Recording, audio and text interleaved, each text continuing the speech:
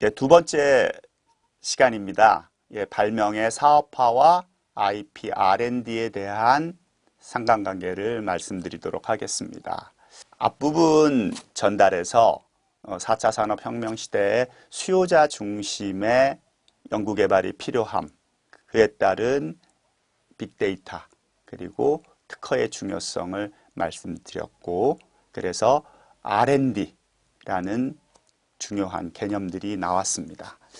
3차 산업까지에도 R&D의 중요성은 이루 말할 수 없지만 4차 산업에선 그 가치가 더 상승된다고 볼 수 있고요. 4차 산업에서는 그 R&D를 시도함에 있어서 지식 재산 기반으로 연구 개발을 추진한다라고 해서 IP R&D라는 개념을 쓰고 있습니다. IP R&D와 함께 대비되는 R&D IP라는 개념도 있는데 익히 변리사님을 통해서 전달받으셨을 것 같고, 간단하게 얘기하면 R&D IP는 연구 개발을 통한 결과로서 특허를 출원한다면 IP R&D는 기존에 존재하는 특허 포트폴리오를 분석 후 연구 개발을 수행한다. 차원적인 분류에서 보면 공급자 중심의 공급자 권위 중심의 3차 산업까지는 R&D IP의 가치가 높았으나 이제 개별화된 수요자의 욕구를 만족시키기 위해서는 연역적으로 특허 포트폴리오 분석 후 연구 개발을 수행하는 IP R&D의 가치가 더 커진다고 볼 수 있을 것 같습니다. R&D에 있어서 4차 산업의 지적 재산에 대한 가치가 커지는 이유는 지금까지의 지적 자산이라는 것은 역사를 통해서 인간에 대한 이해, 그리고 그 인간에 대한 당시대의 최고의 욕구를 반영한 기술들의 총합을 지적 자산으로 볼 수 있기 때문이죠. 2009년도 MIT 테크놀로지 리뷰 선정 전 세계 35세 이하 혁신가로 뽑힌 베일리 의과대학교의 교수님이신 에레즈 에이드는 이 성공적인 발명들은 집합적인 학습의 축소판이다라고 말씀하시면서 발명은 새로운 지식을 생산해내고 일상에서 맞부딪히는 한계를 극복하기 위하여 진보된 과학기술을 흡수하는 사회의 능력을 반영한다. 출원된 특허는 심사관에 의해 신규성과 진보성 요건을 판단받는다.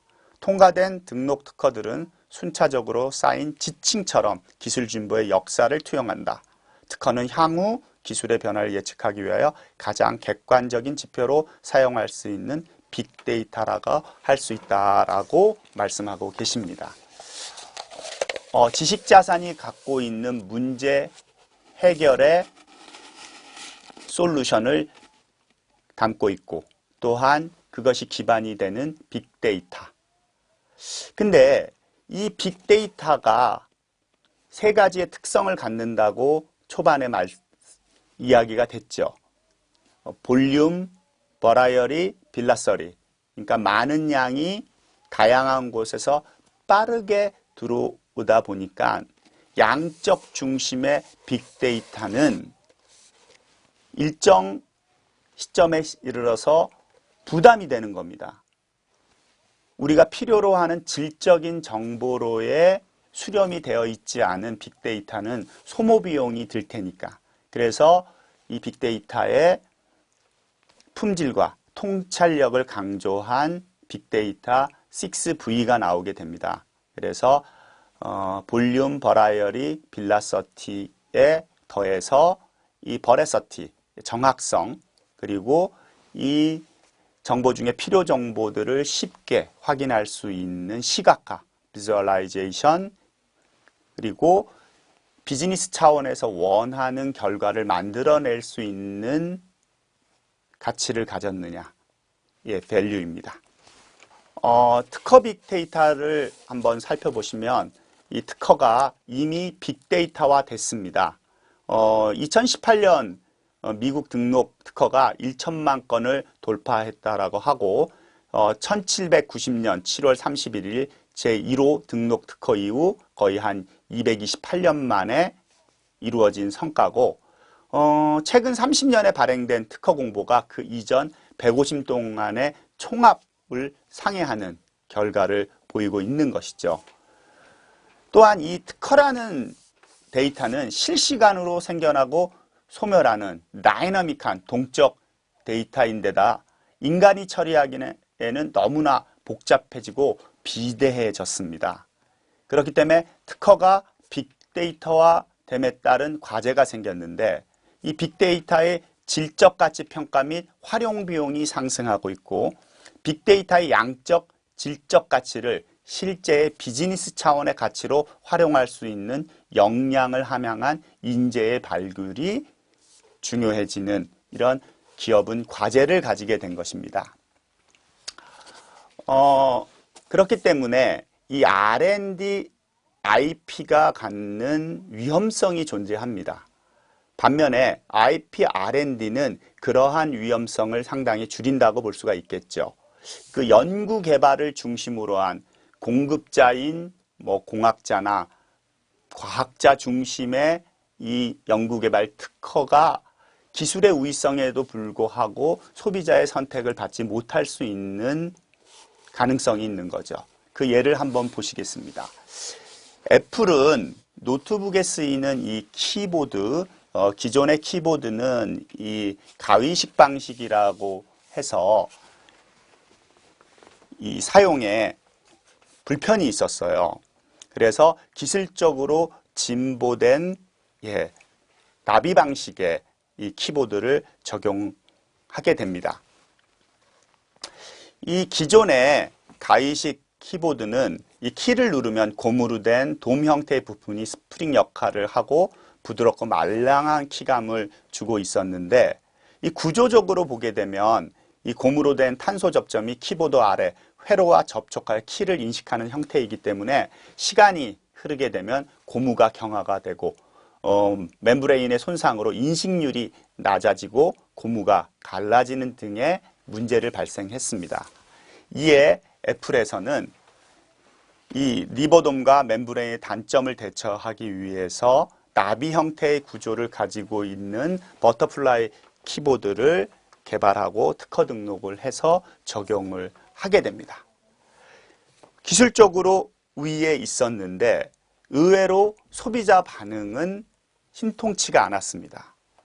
그 이유인 즉슨 이 기존의 가위식 방식이 갖고 있었던 단점보다 이 고무에 의한 이 키감이 부드러운 부분들이 있고 또한 이 금속돔을 사용함으로써 이 키감이 딱딱해지고 키의 움직임이 작아서 키를 누르는 타격감이 줄어들었기 때문에 기존 키보드 사용자들은 이 새로운 기술의 이질감을 느끼게 됐고 이 시저 방식의 이 타격감 그리고 고무 재질에 의한 이 촉각의 만족이 사라지기 때문에 이 높은 기술의 버터플라이 방식을 거부하게 된 것이죠. R&D IP의 전형적인 사례라고 볼 수 있을 것 같아요. 공급자 중심, 발명가 중심의 기술 우위가 소비자 만족을 가능할 거다라는 생각. 4차 산업에서는 그러한 부분들이 상대적으로 적용이 어렵다고 보시면 될 듯 싶습니다. 반면에 이 4차 산업의 이 특허 기술을 IP R&D를 통해서 성공한 기업들을 한번 보시겠습니다.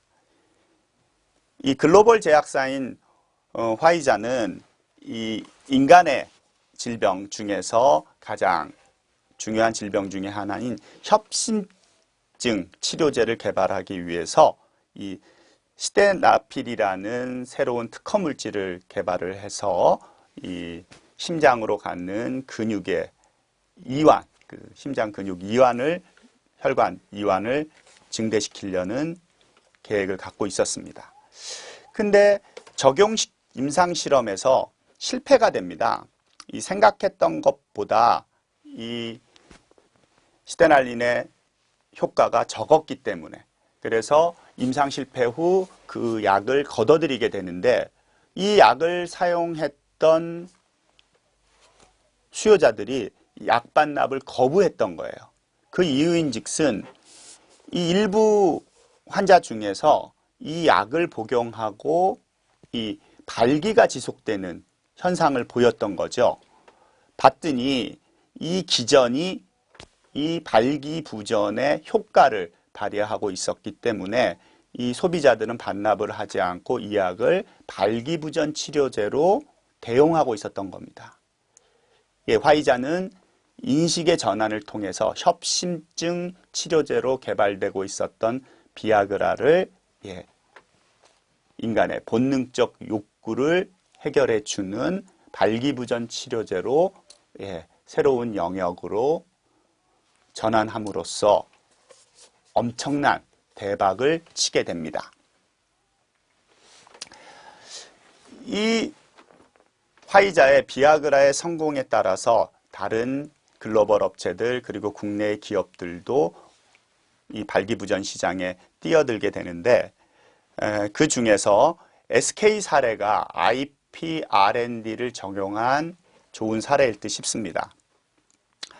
SK케미칼은 2007년 엠빅스를 출시합니다. 기존의 제품들과는 다른 알고리즘을 적용 기전을 통해 가지고 세계 최고의 발기부전 치료제를 개발을 하는데, 이 기존 비아그라라든가 시알리스 그리고 국내 카피아과 차별성을 부각하는 데 실패함으로써 난간에 부닥칩니다. 엠빅스는 이러한 난간을 IP R&D 전략으로 넘어섭니다. SK케미칼은 엠빅스 S라는 것을 출시하게 되는데, 이 엠빅스 S라는 것은 필름형을 말합니다. 사람들이 발기부전 치료제로서의 효과와 더불어 본인이 갖고 있는 이러한 발기부전을 타인들에게 오픈하고 싶지 않은 그런 인간의 욕구를 반영한 새로운 제품을 만들게 되는데, 이 기존에 SK케미칼이 갖고 있었던 그 트러스트라는 관절염 패치에 사용됐던 필름형 특허와 엠빅스를 결합을 해서 필름형 발기부전 치료제로 융합된 상품을 내놓음으로써 엠빅스 S가 새롭게 소비자들에게 각광받고 판매율이 증대되는 회사의 어려움을 해결해내는, 그래서 기존 특허들의 융합 그리고 그 융합을 통한 소비자들의 본능적 욕구, 숨어있는 욕구까지를 만족시켜 주었기 때문에 SK케미칼의 엠빅스 X는 성공적인 문제 해결을 할 수 있었습니다. 또 IP R&D를 통한 사업 다각화 사례로 후지필름의 경우를 한번 살펴봐야 될 듯 싶습니다. 후지필름은 코닥과 더불어 이 아날로그 필름 시장을 양분했던 회사인데, 코닥과 또한 3위 그 필름 회사였던 아그파는 파산을 하고 지금 역사의 뒤안길로 사라졌지만, 후지필름은 여전히 경쟁력 있는 글로벌 기업으로 생존하고 있습니다. 후지필름은 그 시대의 변화를 빨리 인식하고 기존의 아날로그 필름 중심의 사업에서 본인들이 자기들이 갖고 있었던 다른 특허들을 시대가 그리고 수요자가 요구하는 서비스와 상품으로 빠르게 전환함으로써 사업 다각화를 이루어냅니다. 특히나 이 TAC 필름이라는 우리 그 TV나 모니터, 휴대전화, 액정 등 디스플레이 평강판에 들어가는 핵심 소재를 얇게 펴내는 필름 기술의 결정판인 TAC 필름을 핵심 기술로 론칭을 해가지고 이 사업 다각화에 첫 발을 놓게 되고요. 또한 이러한 필름 기술을 화장품 회사로 적용합니다. 필름 기술을 활용한다라는 건 뭐냐면 이 기존의 아날로그 필름을 만들던 재질이 콜라겐이었고 그 필름의 그 색을 변색을 막아주는 황산화 기술 그리고 나노 기술을 접목함으로써 우리 피부에서 일어나는 노화작용을 방지할 수 있는 화장품 그리고 나노 기술에 의해서 침투가 깊숙이 되기 때문에 그 효과도 증대될 수 있었다고 합니다. 또한 이 광학 분석 및 조정 기술까지를 합쳐서 기존 화장품 업체와 차별화를 성공함으로써 후지필름은 화장품 회사로의 사업 다각화를 이루게 되는 것이죠. 더 나아가서 후지필름은 의료 분야로도 사업 다각화를 시도합니다. 2008년 도야마 화학이라는 제약 기업을 인수하면서 화장품 말고도 의약품 시장에 뛰어들게 됩니다. 2014년 에볼라 바이러스 치료제를 개발하며 주목받게 되고 2016년 2조 2천억 원을 투자하며 의약품 산업을 강화하고 있습니다. 또한 기존의 영상 기술을 바탕으로 내시경, 초음파 진단기 등의 의료기기 분야로도 진화를 지금 계속을 하고 있어요. 후지필름이 3차 산업까지 그 후지필름의 주요 사업이었던 이 필름 분야의 그 점유율이 한 90% 정도 됐었다고 합니다. 그런데 현재에는 그 필름 사업 부분은 5% 미만으로 줄어 있고 이 화장품 부분 그리고 의약 부분 그리고 의료 영상기기 부분이 90% 이상의 수익을 내는 구조로 다각화를 이루어냈습니다. 후지의 사례를 보면 기존에 갖고 있었던 본인들의 지식 재산, 특허들을 4차 산업의 시대적 변화를 수용해서 인간들이 새롭게 요구하는 욕구, 개별화된 욕구에 발빠르게 적합하게 적용함으로써 생존할 수 있었던 부분입니다. 이러한 전 과정이 IP R&D라고 말씀드려도 무방할 것 같아요. IP R&D라는 부분들은 기존의 공학도 중심의 공학도의 절대적 사고에 의한 공학적 사고가 아닌 소비자의 욕구를 반영하는 그리고 소비자 만족을 극대화할 수 있는 기술을 찾아내고 수정하고 개선하고 또한 다른 기술들과 융합함으로써 소비자 만족을 극대화할 수 있는 영역을 창출하는 창의적인 문제 해결책인 것이죠. 글로벌 기업들이 지금 관심을 두는 영역일 수밖에 없습니다. 기업의 생존을 위해서 4차 산업의 생존을 위해서는 이러한 IP R&D 능력을 갖고 있는 인재에 대한 요구가 날로 높아지고 있기 때문에 우리 대학생들이나 대학원생들, 미래의 예비 취업자들은 이 IP R&D를 활용한 문제 해결에 대한 부분들에 대한 경험 그리고 역량을 갖춰야 될 것으로 사려가 됩니다. 이번 IP R&D의 가치 그리고 이 IP R&D를 통한 사업 다각화에 대한 논의를 해보았고요. 다음 시간에는 이 IP R&D를 통한 사업 다각화에서 보여지는 문제 해결, 방략에 대한 이야기들을 하도록 하겠습니다. 예, 감사합니다.